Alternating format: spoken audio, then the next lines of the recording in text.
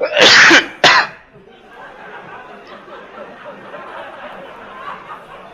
everyone, this is Associate Professor Dr. Andy Sharko Birchow Bouchard Cushing. The School of Medicine has, the Faculty of Medicine has asked me to make this exam writing guide in an attempt to standardise marking across all clinical sites. When I'm writing multi-choice questions, I like to make them nice and easy by adding a very lengthy stem. That way the students can't complain that the question was too vague. About the length of an up-to-date article, that's probably about right. So that's pretty good, just copy that. There you go. Oh. So that's question 1. So as a researcher and someone who hasn't touched another human being in years, this should be reflected in your questions. So a question can be something like, if a mouse with motor neuron disease is traveling north at 1 kilometer per day, what is the nerve conduction speed of its superficial peroneal nerve? Just write whatever you want. The answer to this is whichever answer the students choose the least.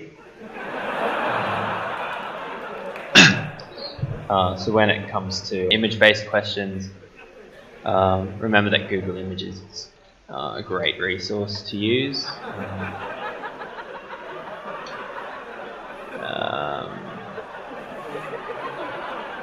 So just get any picture. That one looks pretty good. Then I like that one. But I only want to examine this area, so I'm just going to pop that down. There we go. It's a good idea to grayscale all your pictures. Printing in color is against UQ's policies. The question for this one can be how many cells. This, of course, would just be a 1-mark question. It's a good idea to unsettle the students by leaving them plenty of room to write. Usually about 10 lines is standard for a 1-mark question. I'll do that. Paste that in.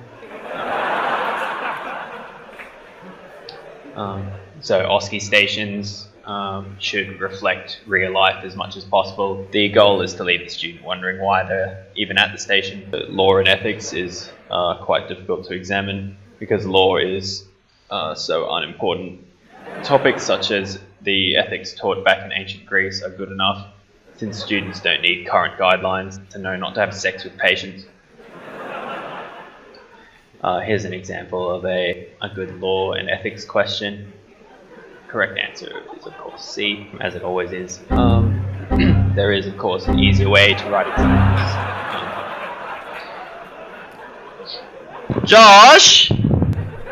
If you accidentally leave all your exam writing to the night before, the easiest way around this is just to simply search for a past paper like this one, and then hit Control-A, Control-C, Control-V, and Control-P. Remember that students are no longer allowed to wear watches in exams. Starting in 2019, a cavity search will be mandatory for all students at the door. Students probably don't even want to know what their marks are, so just feed those MCQ sheets into the automatic machine and then go take a bath for about 2 months. If you have any questions, just remember that the answer is always C.